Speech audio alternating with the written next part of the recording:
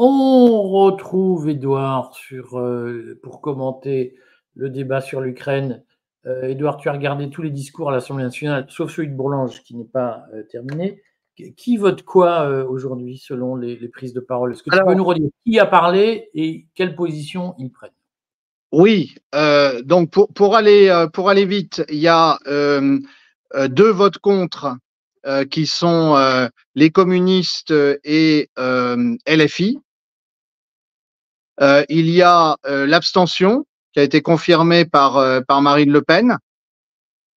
Et sinon, les autres vont voter oui, c'est-à-dire les socialistes, les écologistes, Renaissance, Horizon, je suppose que Bourlanges, enfin, on va pas parler à sa place, mais et LR aussi, bien sûr, hein, les Républicains aussi votent oui. D'accord.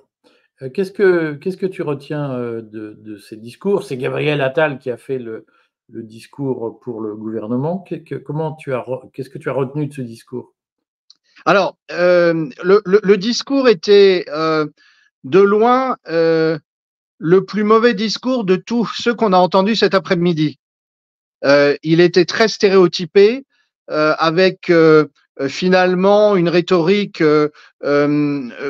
ressemble à celle qu'on entend chez Renaissance depuis les déclarations de Macron, depuis le meeting de Valérie Hayer.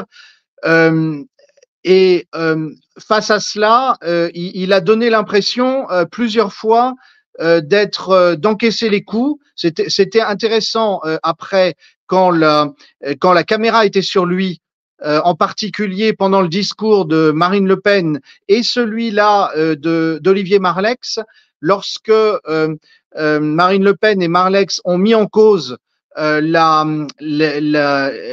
finalement le faible effort fait derrière les mots pour l'armée française, la défense française. Visiblement, Attal était absolument furieux. Et l'argumentation, effectivement, même si Olivier Marleix et Marine Le Pen auront un vote différent, l'argumentation consiste à dire Macron parle beaucoup alors qu'il s'agirait d'agir. Je dois dire que personnellement, j'ai trouvé les discours les plus réussis ceux de Fabien Roussel pour les communistes et de Arnaud Singal, si je ne me trompe pas sur son nom, pour la France Insoumise. J'ai trouvé que c'était les plus équilibrés. Oui, je suis pas sûr que ce soit ce nom-là, mais c'était en effet pas une personnalité de premier plan habituelle de la France Insoumise. Et c'était j'ai trouvé que c'était finalement les discours les plus posés, les plus équilibrés. On sentait Marine Le Pen très désireuse de couper court à toute accusation sur le fait que, comme Attal l'a dit très finement, elle n'en finirait pas de rembourser son prêt russe. Et donc, elle a été, à mon avis, elle en a fait un peu trop sur le soutien à la cause ukrainienne. Mais le discours était très bien formulé et surtout, il était politiquement extrêmement adroit, puisque elle est peut-être celle qui s'est le plus référée avec Fabien Roussel aux angoisses des Français face au discours de Macron. Elle a par ailleurs revendiqué l'héritage du général de Gaulle. Alors, bon, là, il y a quelque chose d'abord de drôle, c'est que visiblement, entre Sylvain Maillard et puis, je crois que c'est l'orateur d'Horizon, ils avaient utilisé ChatGPT, visiblement, qui leur a sorti la même citation du général de Gaulle en 1961, qui permettait de justifier une attitude de résistance à l'oppression totalitaire. Bon, donc ça, c'était… En fait, ils ont quasiment tous cité de Gaulle.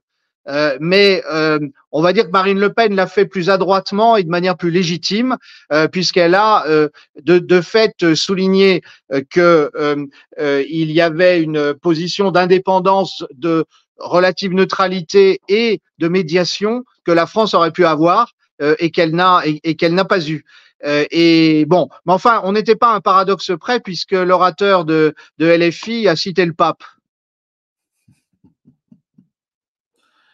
ce qui montre effectivement le caractère très, très explosif du sujet, puisque plus personne n'y retrouve ses petits. Le débat est ventilé, comme on disait à une époque. Comment En tu… fait, juste Oui, si tu permets un point, bien j'ai sûr. trouvé le discours de Marine Le Pen très centriste les deux discours de la gauche étaient finalement des discours, on va dire, assez jaurésiens. Donc c'était De l'extrême gauche, puisque Boris Vallaud, lui, par exemple, a pris, de socialiste, a pris oui, une position très pro-américaine. voilà. Et alors on avait des discours au contraire très pro-américains, atlantistes, otaniens, venant d'Horizon, venant de chez LR, venant du Parti socialiste, des Verts. Donc en fait, on voit que l'Ukraine et perturbe complètement les catégories politiques traditionnelles. Quelle est la suite des événements? Puisque tu l'as dit, une des raisons de ce débat qui doit déboucher sur un vote dit consultatif visait à essayer d'isoler ou cornériser le Rassemblement national. Quelle est la suite des événements? Puisqu'au fond, le Rassemblement national s'abstient, euh, mais on peut penser que l'opération de clivage qu'Emmanuel Macron projetait n'a pas réussi. C'est quoi la Oui, suite maintenant? alors, j'étais critique un peu du discours de Marine Le Pen sur le fond, mais en même temps, il est politiquement et tactiquement très adroit parce que de fait, elle a cassé le clivage.